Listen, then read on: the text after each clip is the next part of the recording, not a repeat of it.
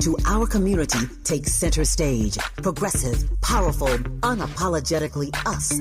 Whether you're driving through the city or tuning in from your home or office, join the public square. KBLA Talk 1580, your home for talk that enlightens, encourages, and empowers. Listen live on our free KBLA 1580 app, on our website at KBLA1580.com, or on your radio dial at 1580 AM. Unapologetically progressive.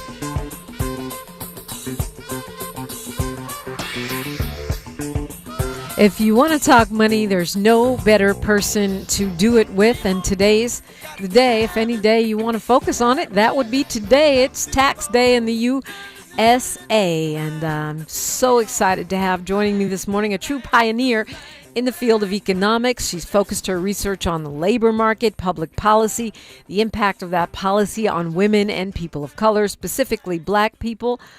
She is a San Francisco lady like me, went to Boston College, got her BA in economics, got that PhD in economics, one of the most elite institutions in the entire world, MIT. And she is an author, an activist, a media personality, and the publisher of a newsletter. Now, Dr. Julianne Malveaux joins us. Good morning, Dr. Malveaux. Grand Rising, Dominique. Good to be with you. It's great to have you on. I know tax day has got to be a busy day for you, but I just, I think it's a good day to focus our attention on money in the many ways it's showing up. And, starting off with, did we ever see Donald J. Trump's taxes? I remember that was such a big controversy. Did that ever happen? No, it didn't.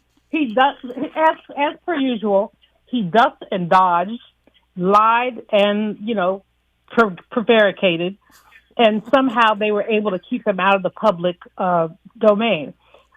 Virtually every other president has shown their tax reports. President Obama, President Biden, you can go down the list. He doesn't think the rules apply to him. And there's a lot in his tax returns, if they're accurate. That's a big if. That's a big if. That the public has a right to know. I would think it would be not only would I like to see his, I'd like to see Ivanka's. I'd like to see Jared's, because they've been doing some double and triple dipping up in here. Yeah, and that's where I was going with it, but I hadn't thought of that. Jared's, Ivanka's, Donnie Jr., Eric. Mm-hmm. We need to see Kimberly Guilfoyle's taxes for that matter. But in any case, I was going to say it seems more relevant than ever because it feels like, and my perception is, that they're doing a lot more grifting, a lot more kleptocracy this term even than the first term. It appears that way, doesn't it? When you look at some of this, what you see is all these all these dirty deals, all this insider trading. Pam Bondi did not leave the AG's office empty-handed, or empty for that matter. As Chrissy Noem got another job. How many bennies does she get off the side of that? So, while all of us are expected to pay our taxes on time, basically, many of us have a different tax system. You can't have a fair tax system when the economy is unfair. And so that's number one. Number two, you already have an unequal economic justice. Number three, he hooks us in by saying, there'll be no taxes on tips. there'll be no taxes on Social Security. And I guess some people buy that, but what will there be taxes on? So, it sounds cute. No taxes on tips. If you're a waitress or waiter, part of the wait staff, that sounds good to you, given that most of them are paid, $2.35 an hour by law, and their tips are supposed to take them over the top. So it sounds good on one hand. On the other hand, why not just pay people what they're worth? Why not take the tipping out of the equation? Because the tipping has its roots in enslavement. People have really? Brothers. Oh yeah, when at the end of enslavement, during enslavement, you go places and eat, and you tipped what you wanted, and what you wanted, then relied on how nice you were. Did you kiss butt enough? And so people who stood up for themselves, not being obsequious, but they didn't get the tips, and that continued until today. Some of our highest level restaurants, they pay decently and the tips are decent, but tips are voluntary. Yeah. And he's honed in on this tipping thing, which has little or nothing to do with most Americans. I mean, you saw the stunt with the lady delivering the DoorDash to the White House in a full DoorDash uniform, as my friend Jasmine Canick points out. It was clearly a stunt, a setup. It was the same lady we saw testifying in favor of the big, terrible, barfy bill from Nevada. But at the same time, even that, I mean, the no tax on tips expires in 2028, right? Whereas the big party favor giant tax cuts for the billionaires are permanent. Exactly. That's why we need to get somebody else up in that White House or the house that enslaved people built. Get somebody else up in there to even the score. But the score will never be even until we go all the way back to the foundations of this economy and how so many people have been oppressed by it.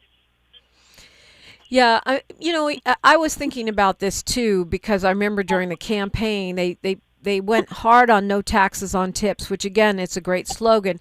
But when you refuse to raise the minimum wage, that's the other part that they don't say. No taxes on tips, but the national minimum wage will stay $7.35 an hour in perpetuity, no matter how much inflation goes up, and no matter how much we cut taxes for billionaires.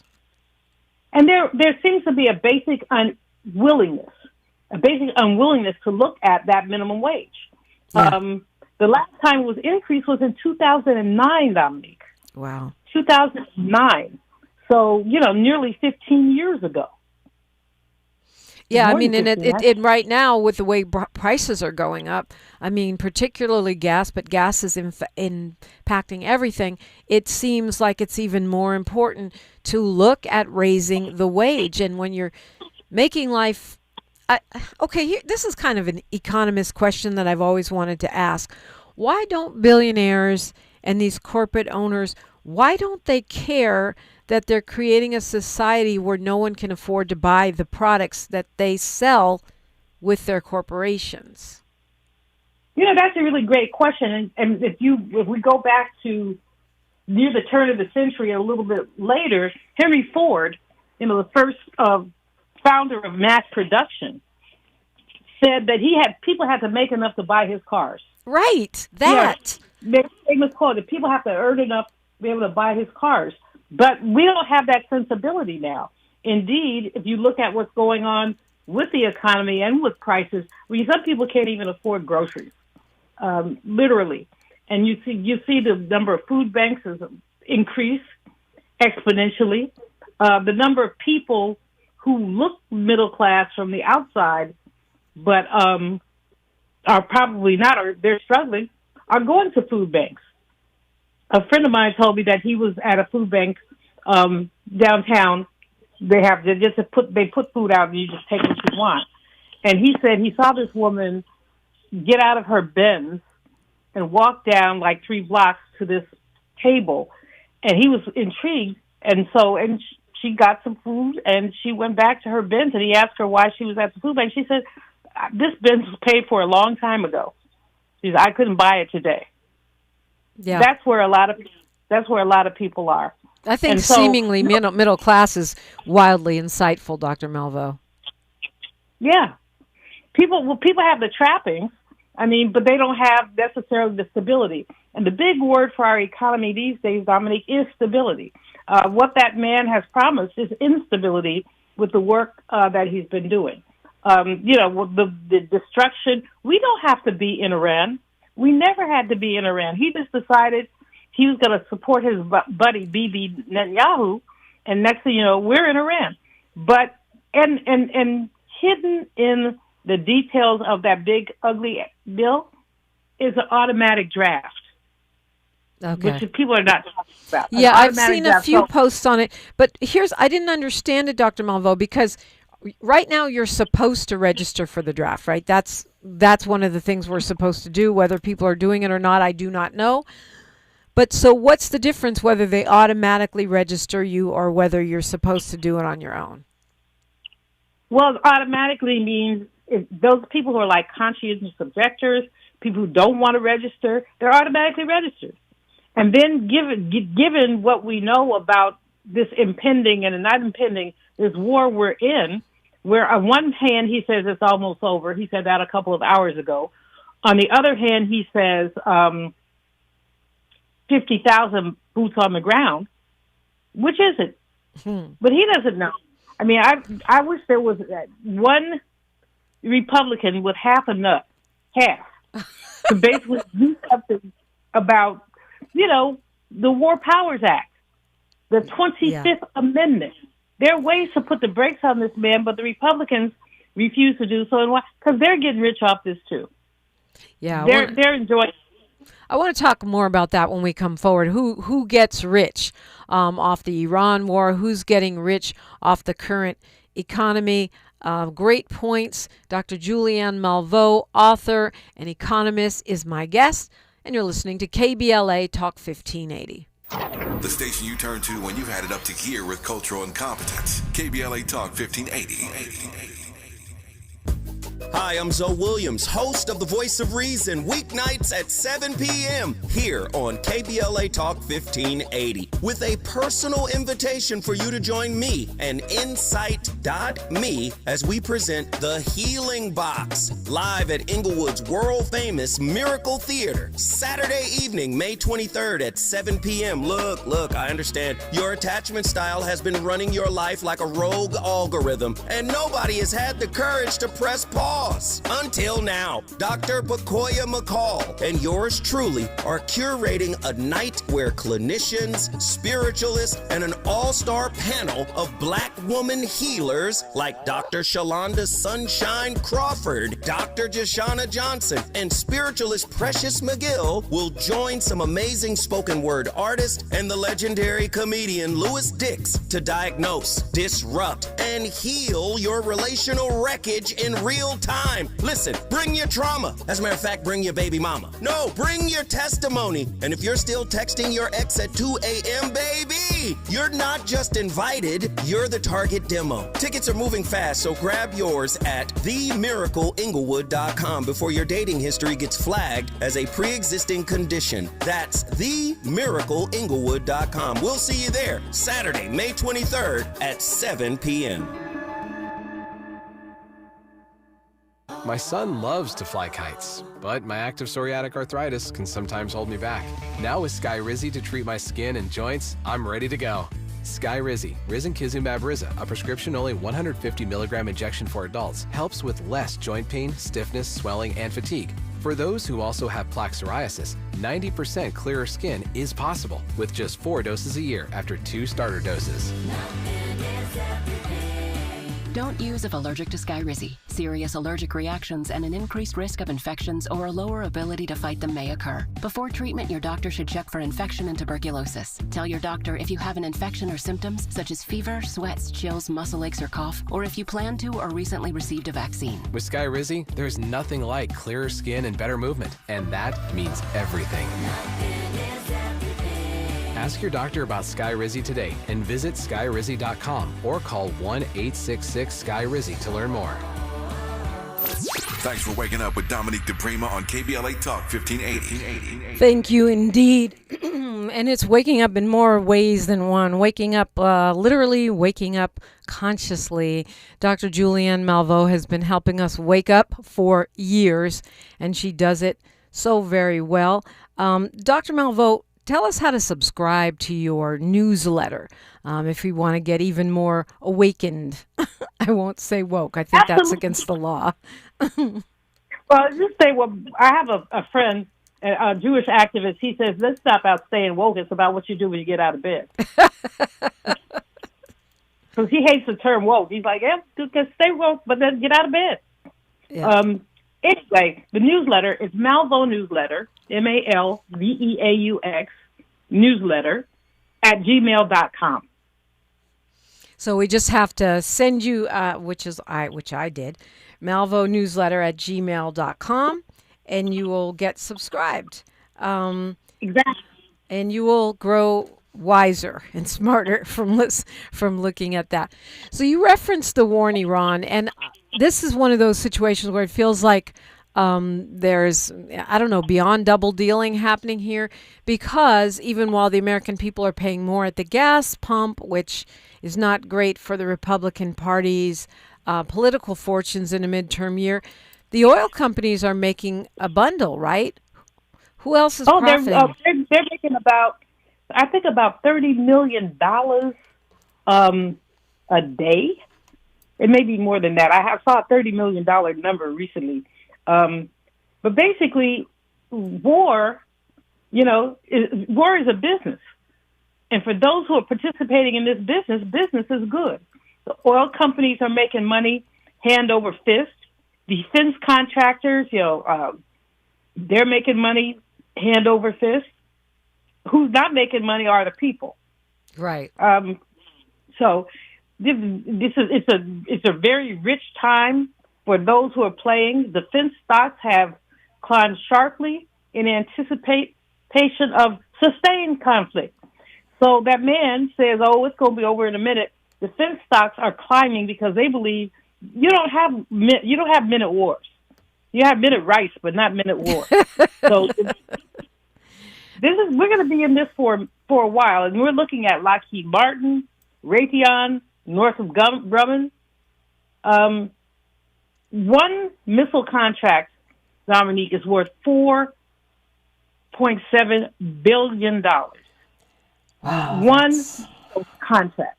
Well, and they're going to be new contracts because, of course, we've lost some weapons, and but every time we fire a missile, what we're doing is that's a future order because it's going to have to be replaced. And so what we're looking at is a situation where, again, as usual, the rich get richer, the people get poorer, and ExxonMobil, Chevron, Shell, when oil prices hit more than $100 a barrel, they're cleaning up. Right. So even though we see the Strait of Hormuz closed down and it seems like there's this gas crisis, it's really U.S. oil companies are making more money off of this crisis. And so why does the president keep saying it's going to end in a day when all of his buddies are making a mint? And the other point I wanted to make, and I'd love your comment on it, is that when we talk about defense contractors today, we're also talking about big tech. Yeah, absolutely.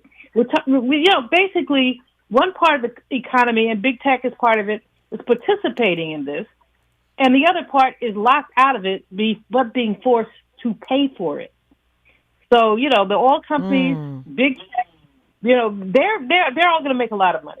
And in fact, because weaponry has advanced so much, it's more expensive, and much of the weaponry that we have today is more technology driven than it was 20 years ago. So, yeah, everybody's going to clean up except for the people. And I always tell people, don't forget, war is a business. Yeah. War is a business. Yep. And business for many people is good.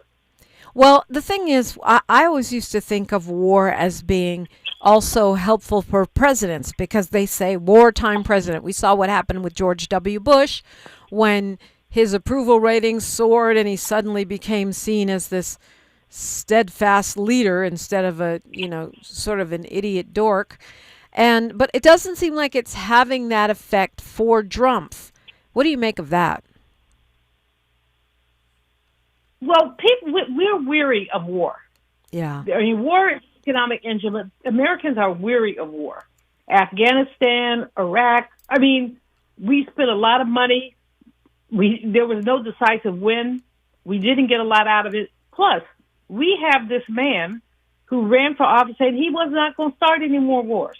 He did. Remember? I do. He said he wasn't going to start any more wars, and I think that for some people, that may have tilted them. I mean, there were so many people who were on the fence with the 2024 election for any number of reasons.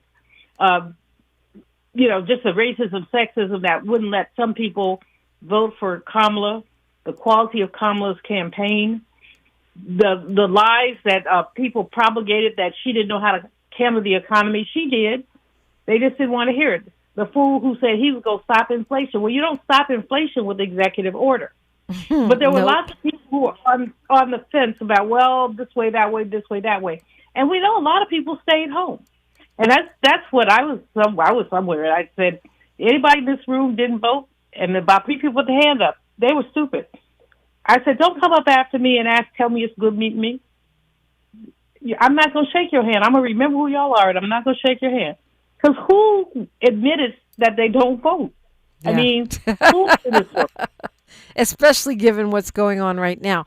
When we talk about the war, and I think you're right, I think we are weary of war. It's for so many different reasons. But when we talk about that, I did see the president saying that we can't afford child care, we can't afford Medicare, or Medicaid, I think he said, because of the war.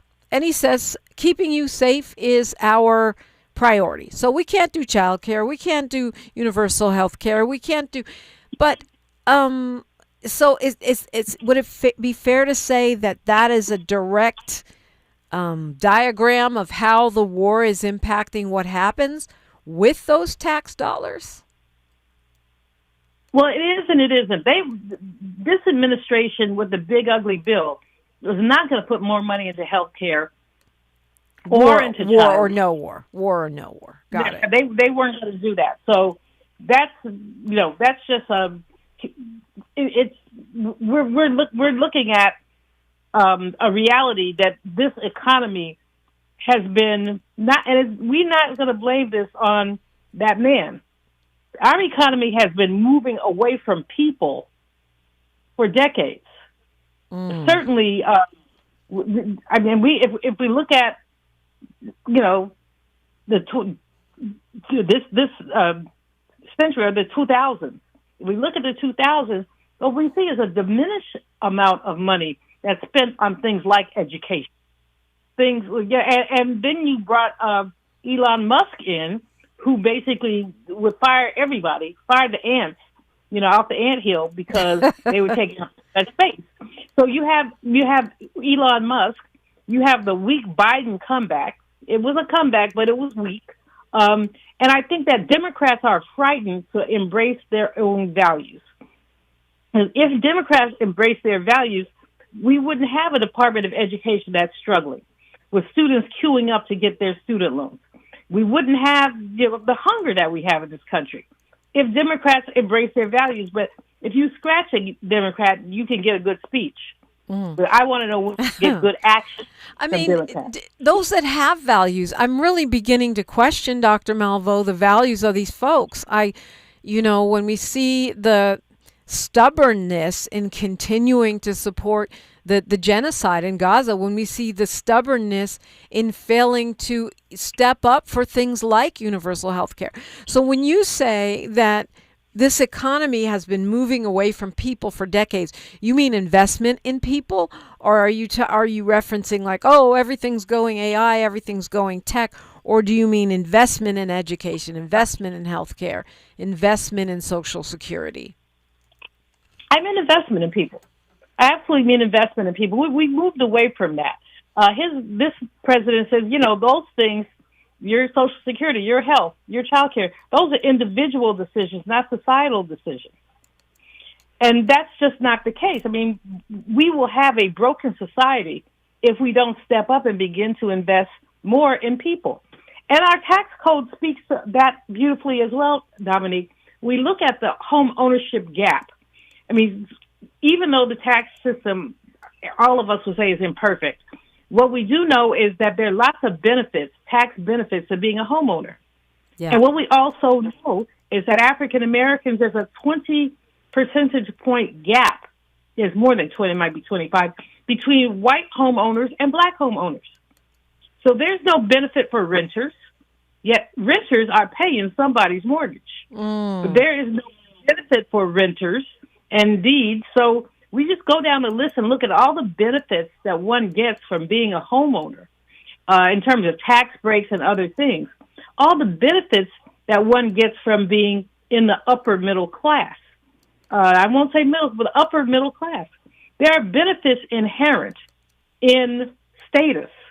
And most low and moderate income people, black and brown people, don't get those benefits. Yeah. Well, and that's what we're talking about, and we only have 30 seconds here, so you can address it on the other side of news, traffic, and sports. What we're talking about here is changing our tax system, the way that it works, to benefit more of the people that need it. And so a couple things that we don't talk about enough is how much more the very wealthy were taxed, even as recently as the Clinton era, and how that mindset has changed. Could it ever go back? The other thing I want to talk about, I don't want to forget to ask you, Dr. Malveaux, is Social Security. They're always saying that it's not solvent, but I understand that they also raid that they have raided that money repeatedly to solve other problems and never replaced those dollars. Dr. Julianne Malveaux is my guest, economist, author, and media pundit. And it's tax day. We've got a lot to talk about. KBLA Talk 1580. Thanks for starting your morning off with a voice that speaks truth to power and the powerless, getting to the heart of what matters most in our community. This is where authentic conversation meets real action. From breaking news and politics to culture and community solutions. This is where you hear perspectives you won't hear anywhere else.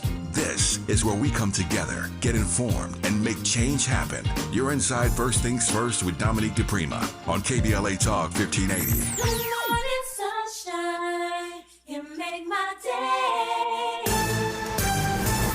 I'm Bree Wood with BIN News Now. Vice President J.D. Vance addressed the absence of Charlie Kirk's widow, Erica, at a Turning Point USA event in Georgia after threats forced her to cancel. If you're going after Erica Kirk and not the people who are trying to destroy the United States of America, you're part of the problem, not part of the solution. Vance also said he respects Pope Leo.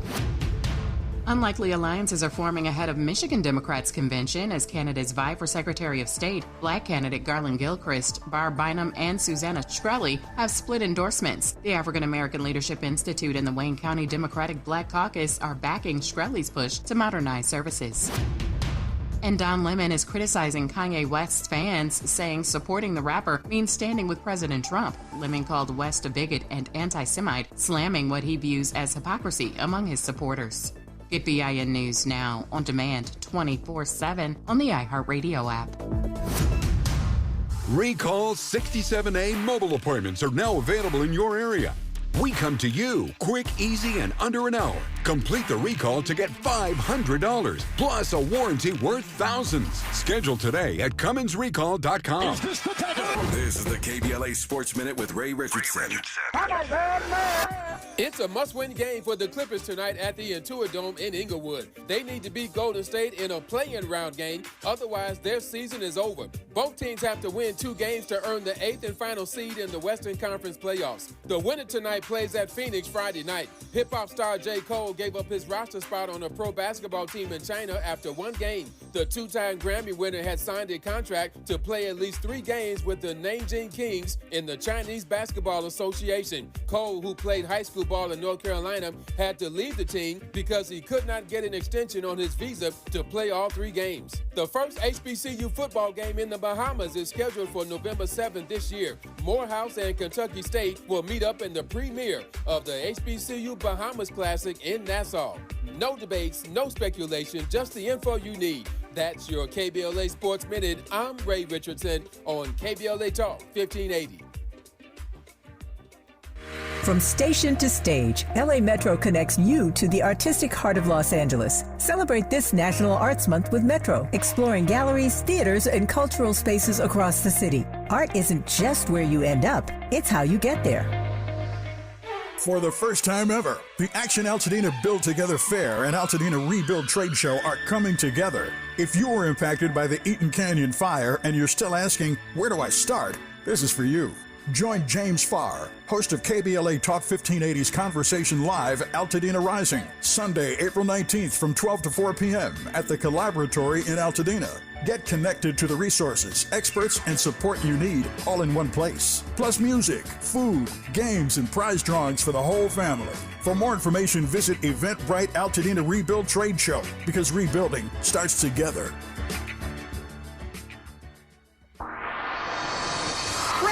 And the revolution. 10 years ago, the world lost a genius. Dearly beloved, we are gathered here today to get through this thing called life. Prince trusted few people. Tavis Smiley was one of them. Good evening from Los Angeles. I'm Tavis Smiley. Tonight, a rare conversation with one of music's biggest superstars, Prince. Prince opened up to Tavis in ways he rarely did with anyone else. Honest, unfiltered, and unforgettable.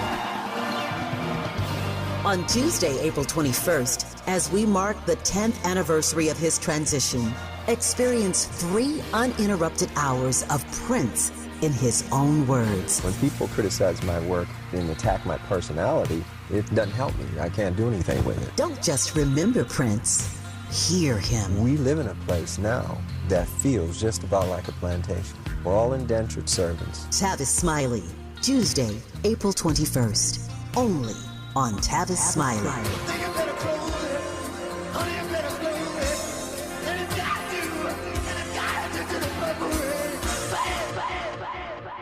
5, 4, 3, 2, 1. Break out the champagne. Everybody get a laugh. You know, 5 years goes fast when you're doing something you love. 5 years of being right there with you, in your car, in your kitchen, at work, in your earbuds. And we don't take that for granted, not for a second. When it came time to celebrate our 5th anniversary, we knew it had to mean something. And we're celebrating on the most fitting day there is, Juneteenth. We're still putting the finishing touches on something really special. And before we tell the world, we want to tell you first. Once we announce this event publicly, we expect that seats are going to go fast, really fast. So, go to our website right now at KBLA1580.com and sign up to make sure you're the very first to hear what we've got planned. Before we go public with all the details, you've been riding with us. It's only right you're first to know. KBLA1580.com. We'll see you on Juneteenth for our 5th anniversary banger. Banger, banger, banger.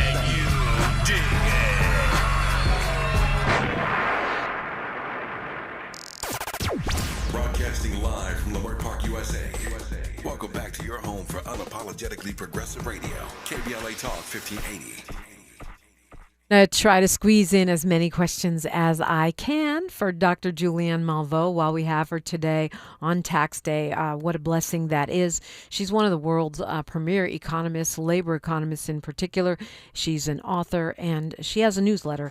You can sign up for it by just emailing and requesting it at malveaunewsletter@gmail.com, malveaunewsletter@gmail.com. So we're talking about the inequalities in the tax code. And it seems like, well, it doesn't seem like, we know that during as recently as the Clinton era, the rich were paying much more individual taxes than they are today. And the corporate tax rate was also much higher than it is today. Is that a mindset thing? Is that something we can ever go back to? or has the Reagan, Bush, and now Trump tax cuts created a scenario where that's a thing of the past? It's always difficult to raise taxes on the wealthy because they own lobbies. They have people who are going to push and fight to make sure that they keep their taxes low. They will, and they have their rhetorical ideology down pat. They say that the people at the bottom aren't contributing as much. They're contributing so much. La-da-da, la-da-da. So it's difficult to go backwards, but it's not impossible. And I think that as we look forward to what's happening with the economy and with a number of factors, that it's going to be inevitable that some of these tax rates have to go up. Right now, you asked me about Social Security, and that's a big concern for lots of people. I mean, I am over the age. I depend on my Social Security check every month. It doesn't cover all my expenses, but it certainly helps. And that's what I think if you talk to any person who receives Social Security, would say to you is that it helps. It's something to count on. But how long are we going to be able to count on it? The system is really strained. The Social Security system is very strained. For the longest time, remember Al Gore talking about the lockbox? Mm-hmm. And he kind of drove everybody crazy talking about the lockbox because there really never was a lockbox. The system has actually borrowed against the government. Now, for the longest time, everything was okay, but the trust fund, that's what Social Security is, a trust, is expected to be depleted, to run out of money by 2033 or 34. That's so really soon. In less than 10 years, we're looking at basically the system going kaput. Now, I shouldn't say that cavalierly because more than likely the system will basically borrow from the government. Some benefits will be paid because basically Social Security is partially funded by payroll taxes. So as long as people are working, if you look at your paycheck, you'll see a Social Security deduction. Well, that deduction, frankly, is not for you. It's for me. In other words, the money's going in from your pocketbook. I think you're a 50-something. Your 50-something money's going in, and my 70-something hand is out to get it. So that's kind of how. But but if it's paid for by payroll taxes and we have borrowed against it in the past, isn't it the government's responsibility to find a way to shore that up? And I've heard various formulas like there shouldn't be a maximum, right? That wealthy people should continue to pay higher rates into Social Security. Oh, absolutely. The cap is $176,000. So you're taxed 6.2% on $176,000.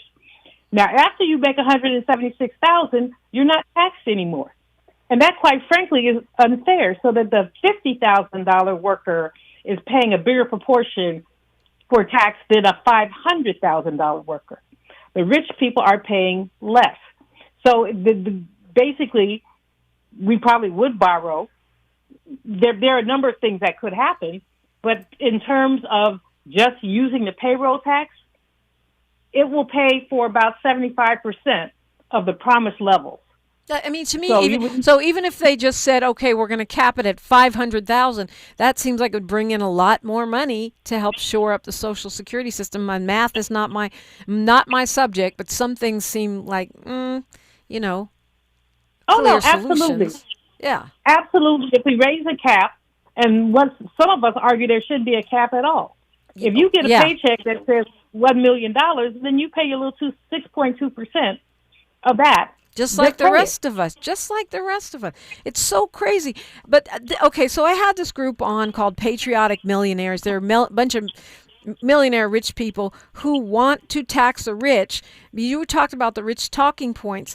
They say that authoritarianism, the destabilization of the country because of rising inequality are things that make the country less safe for them and everyone else, and that's why they want to pay more taxes. That's also very logical. I mean, we've seen societies throughout history fall when inequality becomes too great.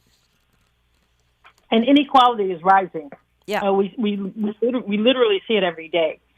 From the wealth gap, of course, but just the impact. This oil thing with Iran, and it's not a thing, closing the blockade, Strait of yeah.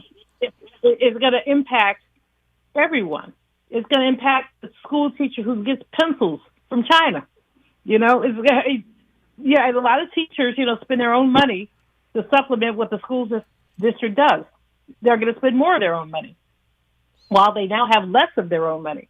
So we're really looking at inequality writ large with this oil situation. Not only at the gas pump, most people stop at the gas pump, but I know in California, where people live by the car and die by the car, the gas pump is really important. I saw someone with a $7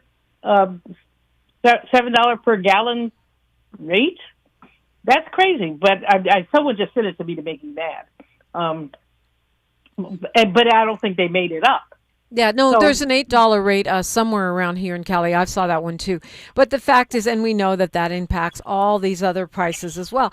But if Social Security goes under, the homelessness crisis that we're looking at is going to be so grave, because especially Black and other BIPOC folks are more likely to rely on Social Security as their only means of retirement income. Many of these pension plans and retirement plans have gone away anyway. And what we see here in Los Angeles is that the largest number of unhoused folks are elders who can no longer afford to pay their rent because they can't work anymore.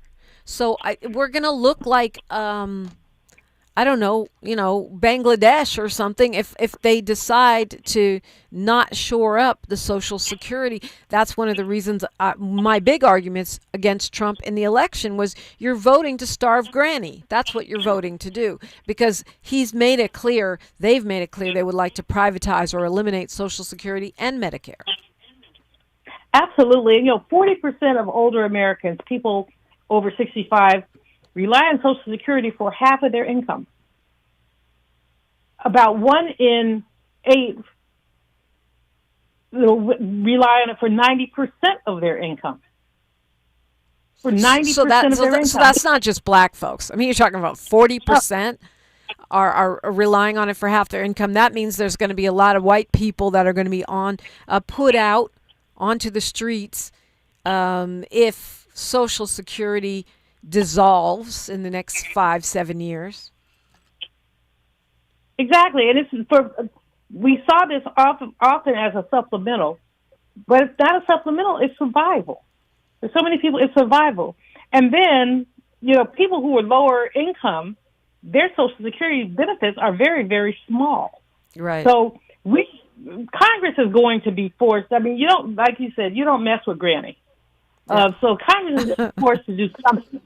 But who knows what? And we don't have the leadership coming from the top, because coming from the top, he sees this as this is personal.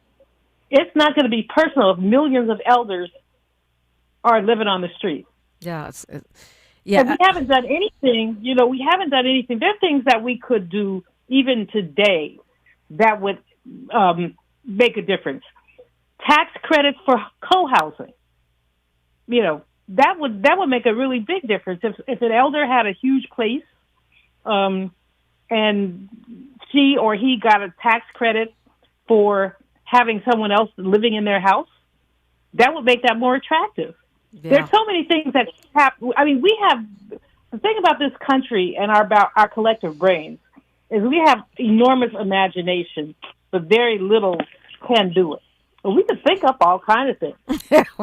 Well, implementation is where the problem comes in, is what you're saying, Doc. But, I was thinking back about the DoorDash stunt when you were talking about the impacts on older Americans, I think is the correct term now, that the problem with that stunt is that this old granny, this DoorDash granny still has to work for DoorDash at whatever her age is. The problem is that she has to worry about her tips being taxed because she never had a retirement plan, because she didn't have Medicare for all when she was working at a younger age, and so that she would be able to save the money that we end up spending on medical care. So there's a lot of structural problems, I think, that were shown by that stunt that may have been unintended by the president. I missed this stunt, so I'm going to have to go back and look at it. This lady walks up in a DoorDash uniform, which is, there's no such thing. People wear their regular clothes. She's wearing a DoorDash uniform. She knocks on the White House door. Trump answers the door, and she's delivering McDonald's. And both McDonald's and DoorDash have made commercials out of it, but they're facing tremendous backlash because the public is like, first of all, this was a setup stunt because, you know, you can't just walk up to the White House. A. B. DoorDash workers don't wear uniforms. C. This is the same woman who testified in favor of the big ugly bill in Nevada, and she was just saying, "Oh, you know, thank you, Mr. President, for no tax on tips." DoorDash workers do get tips. I don't know that McDonald's workers do, which is another problem with the stunt. I'm just laughing. Well, you know, and this, I'll tell you what, she's getting paid. So we know somebody's getting paid. She's getting paid. Well, anyway, neither here nor there. Stunts is the byword for this administration. The whole thing has been a stunt. The whole, nearly 2 years of him being in office has been a stunt. And we're unfortunately the unfortunate beneficiaries of their stunts. Beneficiaries or victims, if you will, of their stunts. Yep, victims, beneficiaries. Dr. Julianne Malveaux is my guest. I want to ask you when we come forward about the tax protests. Some people have decided they don't want to pay their taxes because they're protesting the wars in Gaza, in Ukraine, in Iran, or other Trump policies, including the massive buildup of our already humongous military budget. Want to hear your thoughts on that? Is withholding your tax dollars, is that a good way to protest? More straight ahead on KBLA Talk 1580. More of First Things First with Dominique DePrima when we come forward. KBLA Talk 1580. We've got a lot to talk about. KBLA Talk 1580, connecting you with services and solutions. The BLM Center for Black Power is a hub for Black activism in the city of Los Angeles, a standalone nonprofit affiliated with Black Lives Matter LA. The venue is home to live events, meetings, and organizing drives for Black-led community-based organizations. It is also the base of operations for Black Lives Matter LA. Built on what used to be a nuisance property owned by an arms dealer, the BLM Center for Black Power is in the heart of Leimert Park and has opened its doors to everything from youth organizers to toy drives to film screenings and community town hall meetings. To make a donation or make a request, please visit blmla.org. That's blmla.org. This is a community call to action from KBLA Talk 1580. Imagine every pregnant person in LA County having the support they deserve. A doula on every block. Doulas provide emotional, physical, and informational support during pregnancy, through labor, and beyond. Medi-Cal now covers doula care. That means you can get the support you need or train to support families in your community. The LA County Medi-Cal Doula Hub is here to help. Learn more and get started today at ladoulahub.com. Stay informed with 24/7 power outage alerts from LADWP delivered straight to your phone or email when an outage occurs. Get notified when there's a major outage and again when your power is restored. Track up to 3 neighborhoods, like your home, your workplace, even a family member's. Stay connected. Stay informed. Sign up at ladwp.com/outage alert. That's ladwp.com/outage alert. Sign up today at ladwp.com/outage alert. For the first time ever, the Action Altadena Build Together Fair and Altadena Rebuild Trade Show are coming together. If you were impacted by the Eaton Canyon fire and you're still asking, where do I start? This is for you. Join James Farr, host of KBLA Talk 1580's Conversation Live, Altadena Rising, Sunday, April 19th from 12 to 4 p.m. at the Collaboratory in Altadena. Get connected to the resources, experts, and support you need all in one place. Plus music, food, games, and prize drawings for the whole family. For more information, visit Eventbrite Altadena Rebuild Trade Show, because rebuilding starts together. The conversation continues right now with Dominique DePrima on First Things First. Labor economist and author Dr. Julianne Malveaux is with me. And I want to ask you, it is tax day, what they call war tax resistance. This is something folks do. They've been doing it before there even was a USA. And this year it's taking on a new popularity because of the multiple wars, but particularly the Iran war. Folks are saying they don't want to pay taxes, or they're withholding a certain amount of their tax debt in protest of the war. Is this a good idea? Not really. I mean, it's a great idea to protest, but the fact is that, and the good news is that the IRS staff has been cut by about 25%, which means you're less likely to get audited, you're less likely to have a tax problem, but it also means you're less likely to get tax help. Well, the reason I say it's not the best idea is because if you do get caught, you will be fined. And the fines will come from your paycheck. They can garnish your wages. They can do any number of things. So if you say, I'm not paying my taxes as a protest, you're within your rights. But at the same time, if you're busted, you will be fined. Right. And when you say garnish your wages, they can go into the bank account and take money out.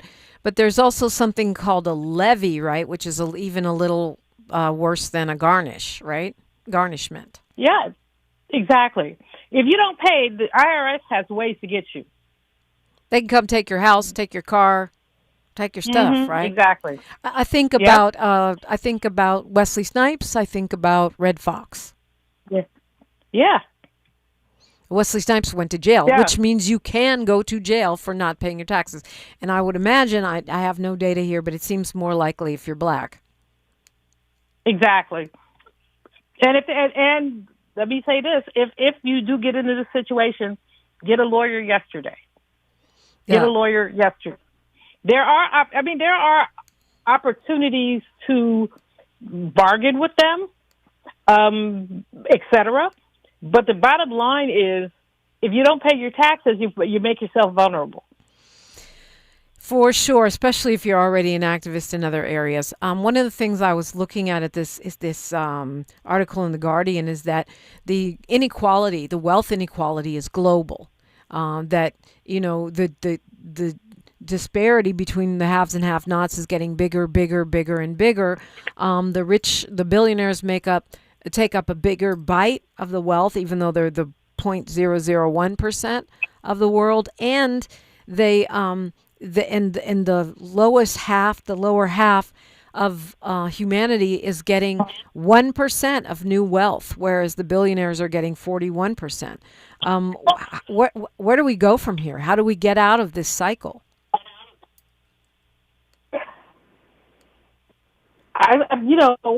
It's going to take a revolution. Really? It's going to take new legislators with fresh eyes to look at how our tax system works, how our economy works. Right now, there's resistance to that. The vitriolic response to New York Mayor Mamdani is he hasn't said anything that we haven't tried before. Universal child care, we should have that. That's not socialist, although he does call himself a democratic socialist. But child care is not a socialist proposition. It's a human proposition. Free transportation is a human proposition. But these folks, anything that speaks to weakening the grip of the oligarchs on wealth, all of that is considered socialist. And of course, our country has a long history with antipathy towards communism. Communism and socialism, footnote, are not the same thing. Communism and socialism are not the same thing. But we jailed and canceled a whole generation of artists, including Paul Robeson, because they were perceived as being communist. So you take the word communist and you sort of slur it around and make it socialist, you get this resistance. Other countries, and of course the Scandinavian countries among them, but many other countries have a much more, I don't know the word to use quite, but a better tax system, a more egalitarian tax system. Ours is not at all. we probably ought to, given any number of things, just forgive taxes for anyone who earns, less than, I'd say, 50 to 100 grand a year. Yeah. Just eliminate their taxes because they're also contributing to society. We do if all the people who earn less than 50 grand a year disappeared. Considering, Dominique, that the population is aging, that more of us are older, that once upon a time it took 5 workers to support one person on Social Security. Now it's 3, which means each person has a much bigger burden. But who are we talking about? We're talking about nurses' aides. We're talking about hospital workers. Those are the people who disappear. Everybody earning less than 50 grand. The average home health aide earns $32,000 a year, Dominique. Insane. You can't live on that in L.A. But it's a great point, and I think, the counter-argument, I don't have time for it, but basically the rich use more of the commons. They use more of the resources, more water, more roads, more gas. So the idea that they contribute more does not excuse them from paying their fair share, in my opinion. Dr. Julianne Malveaux, it's always so enlightening to talk with you. Thank you so much for joining us today.